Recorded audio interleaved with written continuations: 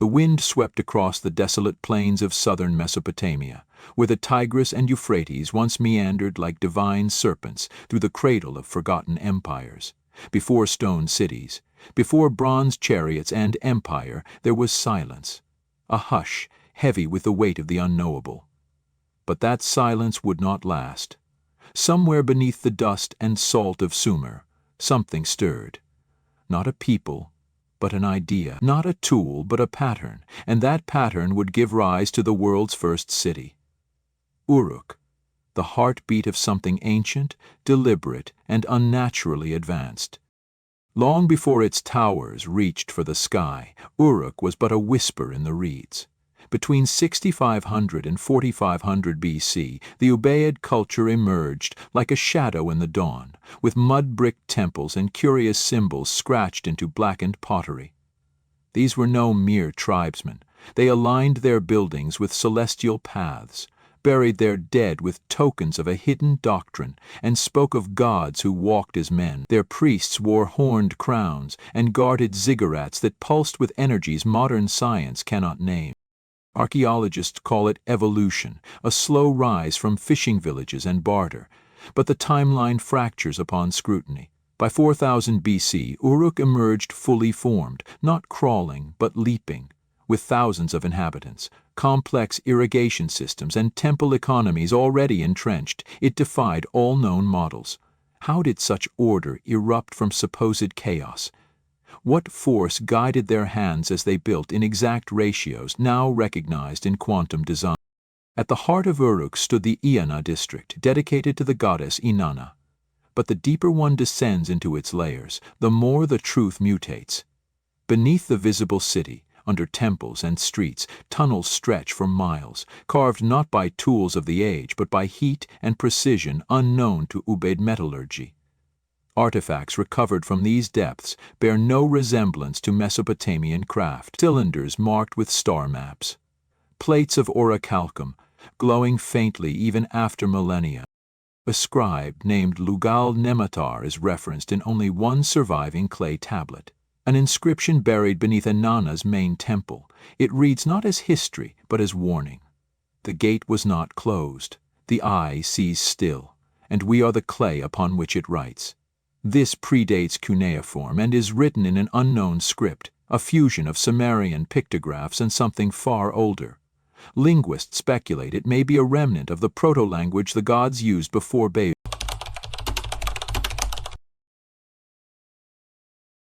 Then came the Black Sky event, recorded in fragmented temple logs from 3200 BC.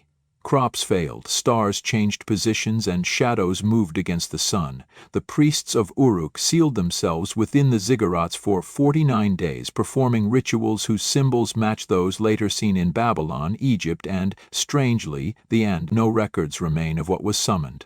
Only a single phrase, etched in obsidian at the base of the ziggurat. The seal is incomplete. Yet something did emerge. Uruk did not collapse. It ascended. Writing appeared suddenly, fully formed, not just symbols for trade, but for dreams, for gods, for movements of celestial bodies. The first written language known to man, not invented but inherited. The question remains, from whom? And why then? Why there? A fragment of a later Sumerian hymn, long ignored, reads, "He who saw the deep saw not with eyes." Scholars interpret this as metaphor, but within the same hymn there is reference to a chamber of song without sound and a crown forged before sons were born. What was housed beneath Uruk's foundation that allowed a culture to birth civilization as though reciting a memory? The White Temple atop the ziggurat of Anu was not merely a shrine, it was a resonance chamber. Modern acousticians have proven that the dimensions of its central hall match harmonic frequencies tied to brain-wave manipulation. It was a tuning fork for the human mind, this, thousands of years before Pythagoras. Those who stood within reported visions, hallucinations, or revelations. What voices echoed in the minds of Uruk's high priests? And yet, the deeper mystery lies not in what Uruk built, but in what it sealed away. Tablets uncovered in 2003, since classified, speak of a vault of the breathless, a subterranean complex, where clay men walk without gods. Reports of strange biological remains, human in form but elongated in skull and limb, surfaced briefly in private archaeological circles, before vanishing entirely. Satellite scans of the Uruk site show magnetic anomalies beneath Sector 12, coinciding with ancient maps referencing the heart. No excavation has been permitted in that region. Some believe it contains the original stone tablet written not by men, but by those who taught men to write, those who came before.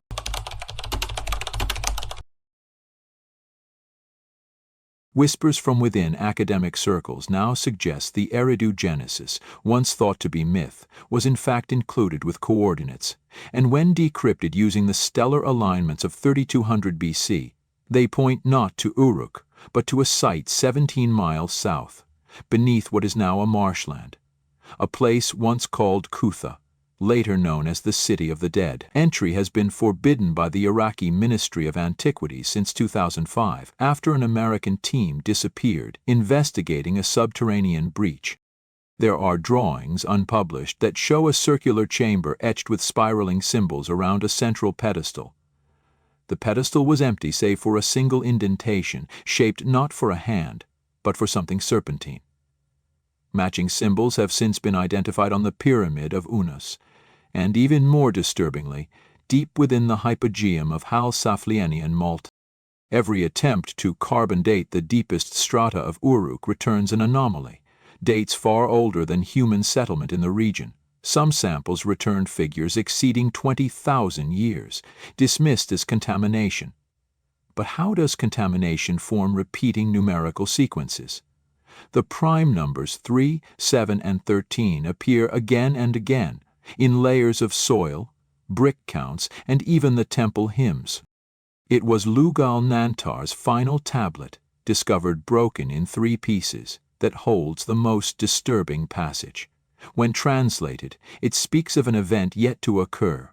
When Uruk breathes once more, the sky shall invert, and those who remember shall become those who are remembered. The restoration team that uncovered the final piece never published their findings. 2 died under mysterious circumstances. The 3rd vanished, leaving only a phrase carved into their home wall. I saw the eye. It blinked. And still, the magnetic resonance from beneath Sector 12 continues, increasing, oscillating, now synchronized with a pattern recently identified in deep space radio signals. It repeats every 11 days.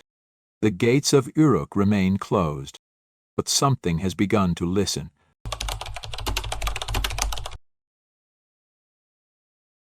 The rain fell over the southern plains like whispers from another age, soft and steady, washing the dust from half-buried ziggurats and the broken bones of vanished temples. Somewhere beneath that sodden earth, the pulse still thrummed. Sector 12 remained sealed, officially untouched, unofficially forbidden, but in the year 2023, a private expedition, cloaked under the banner of geological research, made quiet contact with the ministry. Their request to scan a section of subterranean chambers using low-frequency LiDAR. Their real goal? The Vault of the Breathless. They called themselves the Kabasu Initiative, a name drawn from obscure Akkadian text referring to the Dark Ones who speak not aloud. The group's funding trails led back to shell corporations linked to both Vatican archives and the remnants of Cold War-era cult programs.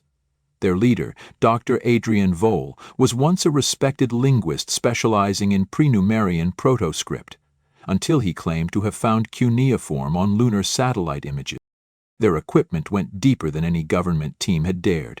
It uncovered a structure buried nearly 500 feet below the surface, hexagonal in design, comprised of stone that resonated at 111 hertz when struck, a harmonic frequency long associated with altered consciousness, trance, and what some called divine communion. One chamber mapped by LiDAR revealed concentric rings carved with symbols that predate Ubaid pottery and match glyphs found in both Göbekli Tepe and the Indus Valley.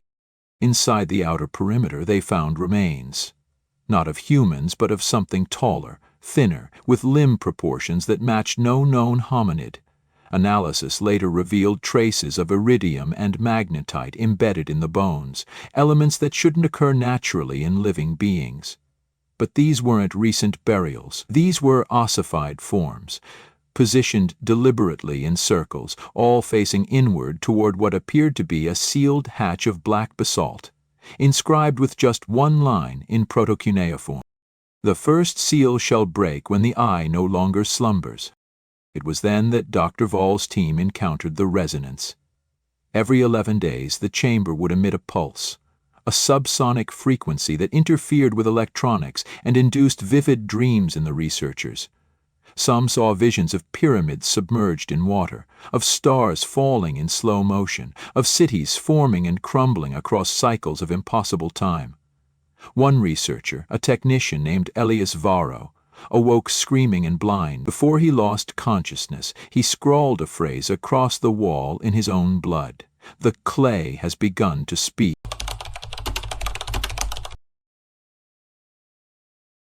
Vall's private journals, later leaked in fragments, suggest the team had discovered a tablet made of crystalline lapis embedded within a wall of red granite that defied conventional dating. The writing on this tablet of breath did not match any earthly syntax. It appeared more mathematical than linguistic, with spiraling patterns similar to golden ratio waveforms. One pattern matched an ancient Sumerian hymn known only through oral tradition, the Song of Reversal. By the time the ministry intervened and sealed the site again, only 3 of the original 12 expedition members remained. All were rendered mute. Not physically incapable of speech, but unwilling or unable to communicate in any language known to man. They now draw symbols in sand and mud, spirals, eyes, stars with broken tips.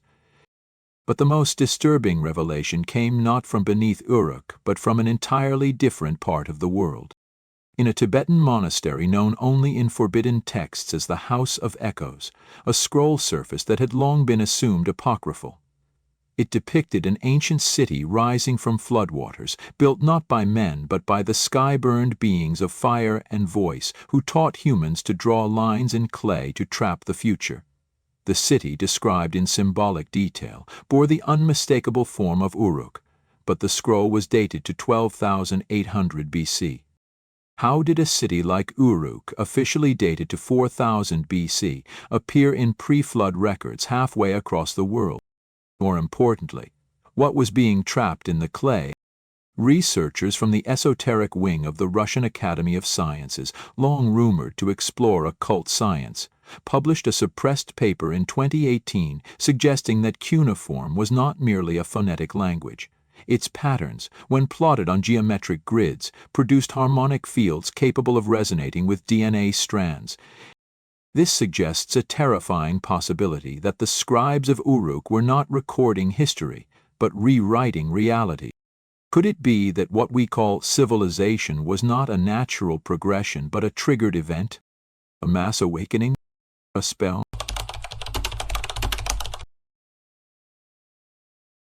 A fragment recovered from the Kabusu site supports this. Translated loosely, it reads, "Fletches the stars into stone alters their paths. He who names the waters owns the flood. And then, most chilling of all, who opens the vault shall unwrite the sky." Satellite imaging has since identified similar underground hexagonal formations in 4 other ancient sites, Mohenjo-Daro, Teotihuacan, Abydos, and the undersea ruins off Yanaguni. All share the same orientation. All vibrate with the same 111 Hz frequency, and all were built atop places where strange lights have been reported for centuries. Something is aligning, something ancient, and Uruk was the first gate. Now, with AI deciphering ancient texts faster than any human ever could, a strange feedback loop has begun. Language models trained on human history have begun producing messages in proto-cuneiform without being prompted to do so. One string of symbols, when rendered into sound and slowed down, matches the frequency of the Uruk vault pulse. As the 11-day pulse draws closer to its 33rd iteration, a number sacred in both esoteric and Masonic systems. The Earth's magnetic field has begun showing anomalies, minor, yes, but focused precisely on the Euphrates Delta, the same place where, millennia ago, the Anunnaki were said to have descended. The final whisper comes not from Earth, but from the Voyager 2 probe, launched in 1977 and now over 20 billion kilometers from Earth. Last month it sent back a short burst before falling silent. Just 3 words deciphered from the static. And now, beneath the sleeping sands of Uruk, the sealed basalt hatch has begun to hum.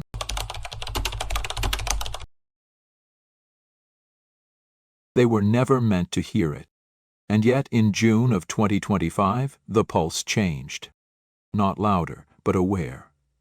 Instruments across a dozen independent monitoring stations registered not just the usual 111 Hz resonance from beneath Sector 12, but embedded harmonics forming a symmetrical cascade. Audio engineers and physicists, at first confused, soon realized what they were looking at, not noise, but language. Not a message sent, but a message received. The signal, when converted to sound and slowed 1,000-fold, revealed a rhythmic pattern that precisely matched the ancient Sumerian metrical system used in temple recitations. Someone, or something, was speaking from beneath Uruk, and the syllables formed a single name, repeated over and over again. Namtaru, Namtaru, a forgotten god, or demon, a name mentioned only once in Akkadian texts, referred to as the breath of plague and the one who writes in living flesh. But what did it mean for that name to rise now, through stone and silence? That night, in a secure chamber below the Vatican Apostolic Archive, a group of Jesuit researchers activated a sealed box last opened in 1948. Inside was a black sandstone tablet, unmarked except for a single line in Chaldean script. Speak not the breath, lest the clay awaken. Cardinal Neri, head of the Archive's Esoteric Division, dispatched an encrypted communique to the last living member of Project Abzu Uzu, a Cold War-era program designed to monitor anomalous activity around the ancient cities of Sumer. His name was Caspar Valen, and he had disappeared in 1981. Orrington, but now he responded from Iceland. Meanwhile, in Iraq, a security breach occurred at the sealed Uruk compound. Surveillance caught only a single frame, a figure standing barefoot at the entrance of Sector 12, eyes rolled back, arms extended, whispering in a dead language. No record of entry, no record of exit. Only one message scratched into the inside of the containment wall in perfect cuneiform. I was always here. Elsewhere, translations of the crystalline lapis tablet of breath continued.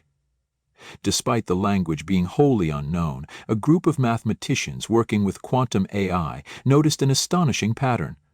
When mapped geometrically, each symbol generated fractal equations resembling Mandelbrot sets, but not static ones. These sets evolved in real time, folding and unfolding in higher dimensions. More alarmingly, every attempt to complete the translation ended with a recursive line of code that caused systems to crash. Initiate _breath_sequence.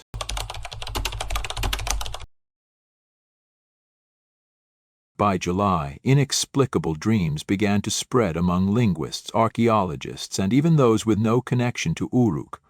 Always the same image, a tower, half submerged in sand, pulsing like a heart. At its base, a gate. Behind it, voices, not human, not animal, but something in between. Chanting a word that some woke whispering aloud. Ig. These were the Watchers, the mythic beings predating even the Anunnaki, described as luminous, unspeaking, imprisoned by the gods, or perhaps by man. Across the world, ancient artifacts began resonating, objects once inert now vibrating in subtle rhythm. A cylinder seal in the British Museum cracked itself open. Beneath its hardened clay exterior lay a second seal, never documented, made of gold and obsidian, its inscription a perfect match to the phrase left on the Uruk wall. I was always here. The implications shook the highest circles of power. The Pentagon quietly reopened files from Operation Telldiver, a secret 1980s project involving deep drilling near the ancient ruins of Eridu, Uruk's legendary predecessor. Those records revealed something the public never saw: an impossible artifact, an octagonal disk with pulsating lights, impervious to every tool and humming faintly in the same frequency found beneath Sector 12. As global seismic activity began to spike in symmetrical pulses, an alarming discovery emerged. Dr. Rami Khosrow, an independent geologist from Tehran, uncovered a recurring pattern in earthquakes along the 33rd parallel matching the 11-day cycle. Each tremor was minuscule, precise, and equidistant, as if something beneath the earth was breathing. In parallel, a codebreaker working on the Voynich manuscript experienced a breakthrough after running the text through a modified version of the same AI that translated the lapis tablet. The result? A single translated line repeated across multiple folios.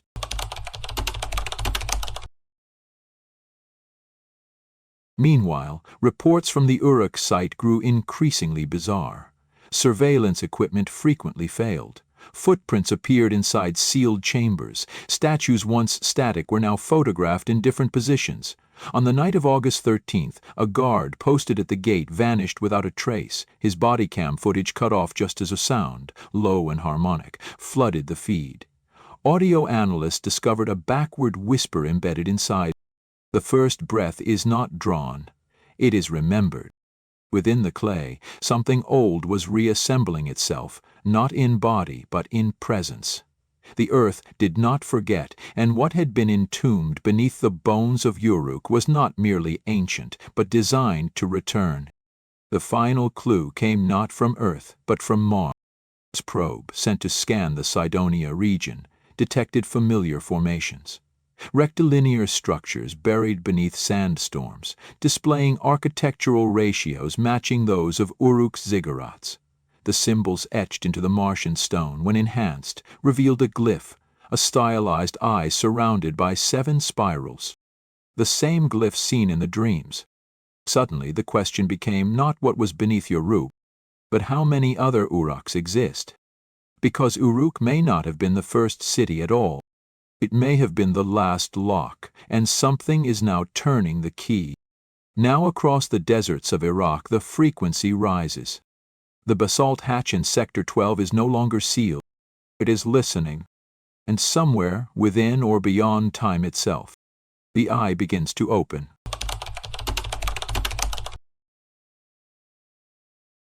Beneath the scorching winds of the southern plains, Sector 12 fell into silence. Not the silence of stillness, the silence of listening. Inside the deepest chamber, beyond all cameras, past the basalt hatch that now stood ajar without tools or human interference, something breathed. No air, no lungs, but breath nonetheless, rhythmic, timed, calculated. A resonance not of life, but of remembrance. Stone does not sleep, it waits. The chamber's walls shimmered faintly in the dark, not from light, but from a shifting pattern of geometric inscriptions, moving, refracting, dancing through impossible angles. Linguists called it pre-causal script, a term for language that didn't describe reality, but changed it before it occurred. It wasn't meant to be read, it was meant to be experienced. And Dr. Adrian Voll, now months missing, was standing within. He had become something else. His skin bore sigils that glowed in rhythm with the chamber's pulse. He did not speak, but his presence spoke. His thoughts, no longer bound by singularity, pulsed in waveforms. The vault had not killed him. It had translated him. He now existed between frequencies, and through his transformed awareness he had seen the true shape of Uruk. It was never just a city. It was a machine. All across the earth, subtle changes began to unfold. Seismic readings from Giza, Teotihuacan, and Baalbek began to mirror Uruk's pulse. The Great Pyramid echoed with subharmonics. Carvings once long erased began reappearing on weather-worn stones. Radio telescopes picked up frequencies from beneath the Antarctic ice. The ancient grid was activating. The cities of first breath, those built not by civilization but to awaken civilization, were aligning.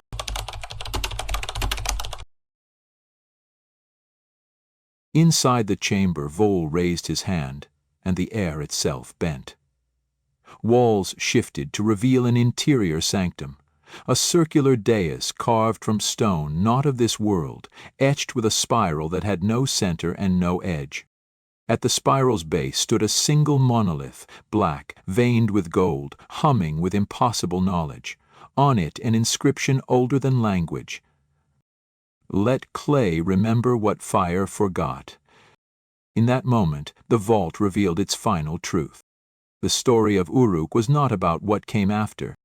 It was about what came before. The first civilization was not primitive, it was perfected. Its cities were not made from mud and reed, but from frequency, symbol, and breath. And when the world fell, by flood, by war, or by choice, it was Uruk that was tasked with holding the memory. The scribes weren't chroniclers. They were coders. The tablets were not history books. They were keys. The ancient ones, those called Ijiji, Anunnaki or Watchers, did not disappear. They fragmented. They became symbols within our DNA, waiting for the right harmonic sequence to awaken. Uruk was the central node, a beacon that would one day reactivate when the frequencies returned to alignment. And now they had, but not by chance. Someone or something wanted this. Above ground, a red aurora cracked the sky above Iraq. The Earth's magnetic field distorted for 7 minutes. Across the globe, certain individuals fell into trances. Artists, poets, madmen, speaking languages no longer taught, drawing spirals, sketching towers, etching eyes. In the Lascaux caves of France, carbon dating revealed new paintings drawn within the last month, despite the site being sealed since 1963. The same spiral, the same black eye.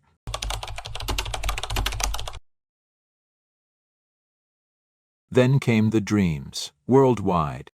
Everyone remembered a city, not built of stone but of meaning, where temples chanted and walls pulsed with awareness, where language carved thought into being, and in the center a great machine, not of gears, but of breath and glyph. And everyone dreamed the same phrase, "We are clay, but we remember fire." As dawn broke on the plains of Uruk, something rose from the chamber. Not a being, not a god, but a presence, tall, radiant, and formless, a configuration of light shaped like an idea, a living glyph. It did not walk. It resonated. All systems failed as it passed. Words failed, but across the globe ancient tablets cracked open. Scrolls once blank filled with writing. And somewhere, deep below Vatican City, the Codex Obscura began to glow. The creature, if it could be called that, stood upon the land and looked not at the earth, but through it, through time, through story, through memory. And then, with a voice that did not come from mouth or tongue, it spoke into the hearts of all who would listen. The first breath has been remembered. The gate of echoes now opens. Then it was gone, not banished, just no longer here, as if it had stepped back into what once was. Uruk lies silent again, but the pulse never ceased. Something still stirs beneath. And now, every 11 days, across the world, the clay speaks. And we, descendants of forgetting, must decide whether to listen, or to silence it again. And somewhere, in a city not yet rediscovered, a second vault begins to hum,